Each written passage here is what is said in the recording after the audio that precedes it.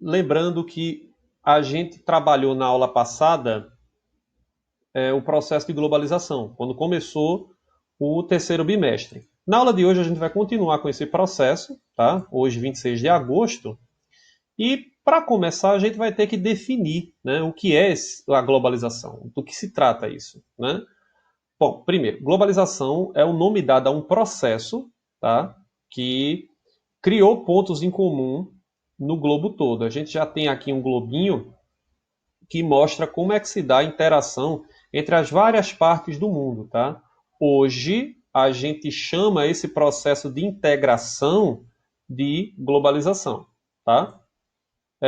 Nesse processo, a gente entende que as distâncias entre as partes do mundo diminuíram e a gente vive como se estivesse numa aldeia global, tá? Agora, esses dois conceitos, tá? O de aldeia global e de diminuição de distância, eles foram levantados por esses dois teóricos, tá? Que foi David Harvey, aqui à nossa direita, e Herbert McLuhan, tá? Aqui no lado esquerdo. Um outro teórico muito importante do processo de globalização foi Milton Santos, tá? Diferente dos dois anteriores, um canadense e o outro do Reino Unido, esse teórico foi brasileiro, tá? Da Bahia, e ele citava a globalização como três maneiras de ver, né, o mundo, tá? A primeira forma da globalização, quando a gente fala dela, é que ela é uma fábula. Como assim? Lembra dos contos infantis, das fábulas que contam uma história, né, geralmente com uma lição interessante no final? Bom, na teoria, quando a gente fala que o mundo todo está conectado, é uma coisa boa. Afinal de contas, pensa-se assim, ó, todo mundo vai ter acesso à informação, todo mundo vai ter acesso à tecnologia, né? Essa difusão de notícias, né? Uma coisa acontece num lado do mundo, do outro lado todo mundo está sabendo. Isso é muito bom. Mas na prática, a gente sabe que nem todo mundo tem acesso à informação, tá? Ou seja, na prática, a globalização ela é perversa, que é como a gente enxerga esse processo de fato. Essa charge aqui, por exemplo, a gente já entende que o autor dessa imagem ele quis mostrar a grande diferença, o grande abismo que existe entre pessoas que têm acesso aos meios de comunicação, ou seja, um aluno aqui assistindo uma aula online, e aqueles que não têm, que infelizmente não alcança todo mundo. Então, infelizmente, esse processo ele causa um abismo social, né? Mas nem tudo está perdido, tá? As possibilidades, as estruturas que a globalização cria, se forem bem planejadas, podem sim alcançar um número maior de pessoas. Então a gente não encara Milton Santos como uma pessoa pessimista, como teórico pessimista. Ele não. Ele enxergava os três mundos que a globalização apresenta: a fábula, a perversa, que é a real, e a possibilidade de ser melhor. E quando começou esse processo? Bom, ele não começou da noite para o dia, tá? Esse processo começa lá no século XV. Aí dá para ver aqui, né? Eu falei de fábula e coloquei aqui uma carruagem, tá? Em instantes a gente vai saber porque eu coloquei essa carruagem aqui. Bom, primeira coisa, começa lá no século XV esse processo, né? Quando Portugal e Espanha, por conta da necessidade de mercado, né, resolvem desbravar o oceano e acabam se conectando com um novo mundo, tá? Que é a América. Então, quando foi que a América começou a participar desse processo de globalização? Lá no século XV, na expansão marítima comercial, tá? Um conceito que a gente já ouve falar bastante desde o ensino fundamental. Então, o que foi que aconteceu nessa primeira fase do processo? Nessa primeira fase do processo, esses dois países foram pioneiros, tá? Em seguida, quem entrou no rolê foi a Inglaterra, que aqui tem a bandeira do Reino Unido, tá? Para interpretar. Mas quem entrou depois foi a Inglaterra e ela espalhou sua influência no mundo todo. E a partir daqui a gente vê como foi que o processo aconteceu. Primeira coisa, nessa época o processo de globalização ele estava lento, tá? Como é que a gente pode dizer isso? Repare que aqui embaixo a gente tem descrito, né, que a velocidade média de uma embarcação, a velocidade média de uma carruagem era pequena, 16 quilômetros por hora. Então, aqui nesse primeiro ponto da globalização, a gente vê que ela começou devagarzinho, foi um processo lento, tá? Marcado pelo mercantilismo. E foi aqui que começou a haver a divisão internacional do trabalho, tá? Hoje a gente sabe que o Brasil é um país que produz muita cana-de-açúcar, né? Mas por quê? Isso aqui vem desde o século XV, tá? Nessa época, o Brasil foi ensinado a fazer isso, tá? E 500 anos depois, a gente ainda passa por esse processo, tá? Então, tem tudo a ver a globalização com o mercantilismo. Afinal, um levou à consequência da outra, tá? Deixa eu tirar aqui minha câmera. Pronto. Vê só. Aqui a gente vê duas situações de como a globalização chegou no Brasil. Essas imagens, essas pinturas não são do século XV, mas do século XVII, e demonstram bem como é que esse processo de influência de um estrangeiro acaba acontecendo numa colônia, num país, tá? Esse índio daqui, esse nativo da esquerda, é o índio Tapuia. Repare que ele não tem nenhum traço de colonizador português, tá? Ele está puramente nativo. Quando a gente vem para o índio da direita, que é o Homem Tupi, né, do mesmo autor, inclusive, a pintura, a gente repara o seguinte: esse índio, né, esse nativo, ele está usando elementos portugueses, a faca e a roupa. Né? O que isso quer dizer? Quer dizer que nele a fase da globalização, check, tá? Nesse índio daqui, a globalização já encostou, tá? A mistura de culturas de modo direto, tá?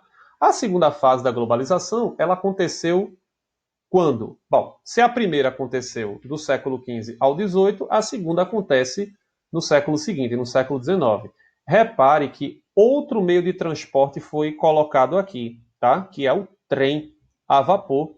Quando foi que essa globalização aconteceu? Bom, ela aconteceu quando a máquina a vapor foi construída, a industrialização já estava em evidência e acabou que a África era o principal continente de conexão com a Europa. Repare que a América saiu daqui, né? Mas por que eu tirei a América? Porque ela não participou do processo? Não é isso. Eu tirei a América daqui para dar espaço para essa imagem e esse texto.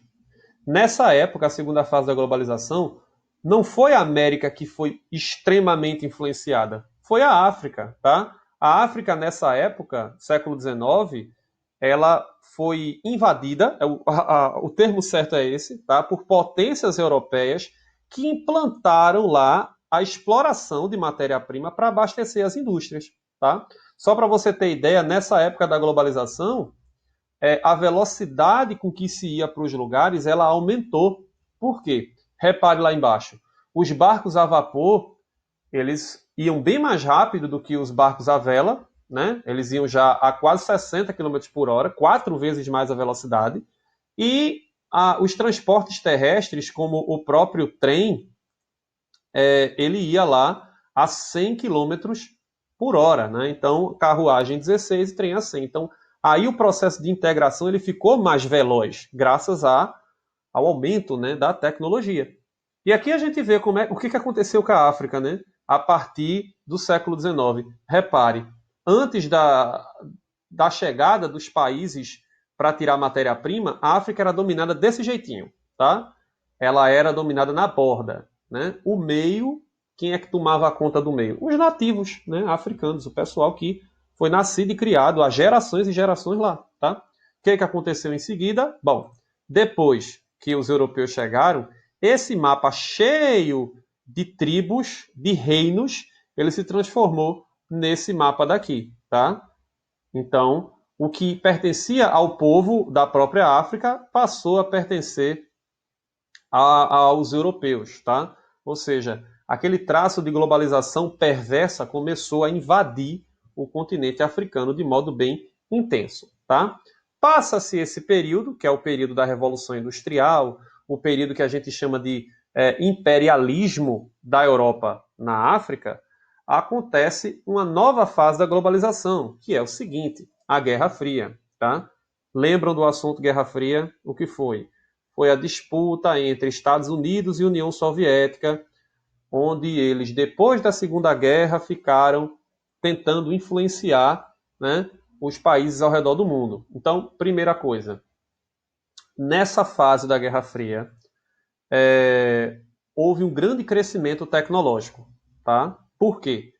Durante a Guerra Fria, houveram muitos investimentos numa corrida espacial. Né? Cada um queria chegar no espaço primeiro.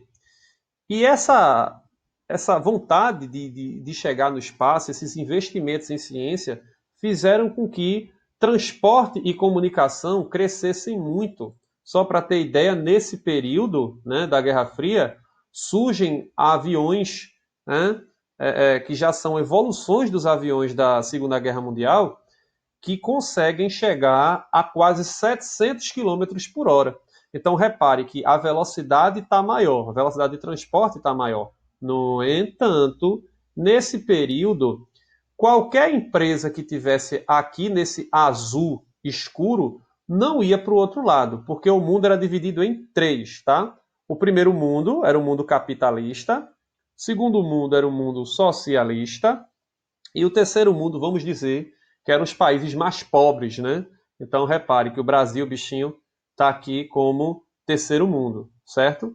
Então, nesse período, a globalização, vamos dizer que ela acelerou de um lado, ou seja, evoluiu tecnologicamente, mas freou do outro, porque os países não se conectavam, porque eles estavam em Guerra Fria, tá? E esse período foi marcado pelo Muro de Berlim, né?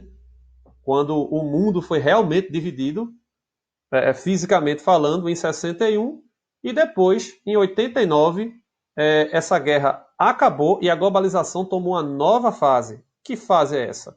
Bom, a fase da globalização, depois da Guerra Fria, a fase 4, que é a que a gente está, onde não tem Guerra Fria, não tem essa vibe de eu não ir para tal país, o mundo todo está conectado, tá? Nessa nova fase da globalização. A gente vê aqui, né, como é que acontece o processo de interligação entre os países, né? Aqui o capitalismo ele tem uma força maior, né?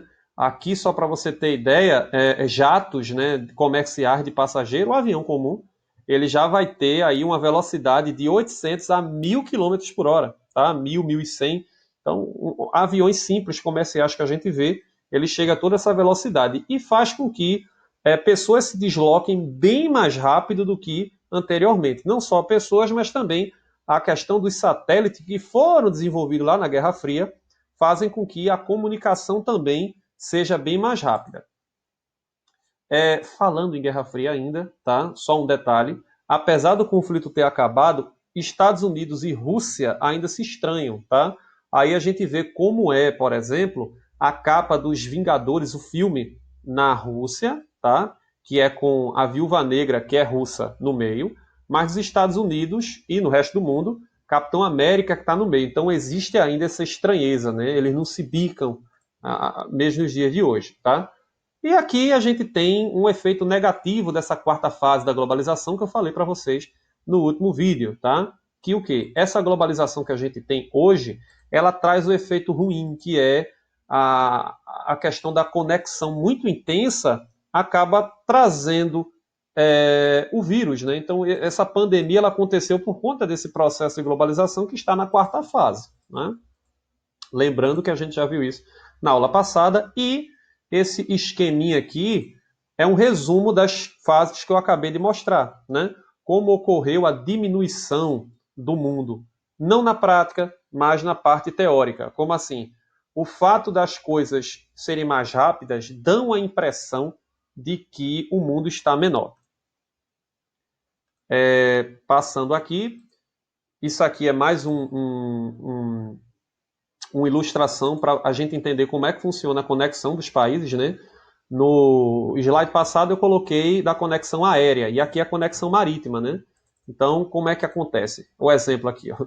A gente aqui tem Estados Unidos e União Europeia, tá?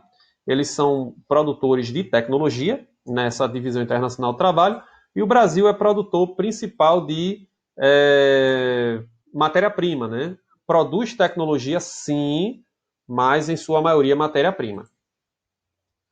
E esse slide daqui eu coloquei para a gente lembrar daquele primeiro que eu coloquei na aula passada, né? Que mesmo se você se esforçar muito, você acaba chegando influenciado por outros países, tá? Eu coloquei exemplo. Se você, sem o celular, for só tomar um banho e usar esses produtos, você já está incluído no processo de globalização. Por quê? Olha, tudo isso daqui tem origens diferentes, tá? Então, esses produtos são do Reino Unido, o sabonete Nivea da Alemanha e o creme Colgate dos Estados Unidos. Coloquei aqui também um exemplo, né, do celular, que geralmente os eletrônicos vêm da Coreia do Sul, e um dos apps mais famosos, o TikTok, ele vem da China, tá? Então, a conexão entre esses países é bem clara, tá? Você tomando banho, você já vê essa conexão todinha. E coloquei aqui também como uma parte interessante é que nessa fase atual da globalização, a gente tem uma empresa brasileira que ela tem importância internacional, tá? Uma das, que é a Embraer, tá? O Brasil tem sim empresa que fabrica aviões. Então repare o quanto é complexo a fabricação de um avião, né? A gente tem aqui partes que são produzidas na Bélgica, Estados Unidos, Chile e Alemanha, como exemplo, e a Espanha também, tá? Aqui são algumas informações sobre a Embraer, que eu acho importante a gente lembrar, para quem pensa assim, o Brasil não tem indústria séria. Tem, o Brasil tem fábrica de avião, tá? O interessante é que o Brasil não tem fábrica própria de carro. Isso é um detalhe para outra aula, tá? Então, para concluir, eu coloquei essa divisão do mundo, tá? À noite, você repara que a parte norte do planeta ela é mais iluminada e é onde estão os países desenvolvidos, e a parte sul, tem menos pessoas, é a parte dos países que, na colônia, lá atrás, na primeira fase da globalização, esses países aqui, eles foram colonizados de modo exploratório, tá? E próxima aula, a gente vai ver um tema que o Cabo Daciolo falava bastante, tá? Que é a nova ordem mundial. O fim se aproxima, mas não é aquilo que muita gente pensa não, tá, gente? É só o nome fim. Então, até a próxima aula. Obrigado a vocês que deram atenção, tá? E qualquer dúvida, deixem nos comentários ou falem comigo via o WhatsApp, tá bom? Tchau, tchau.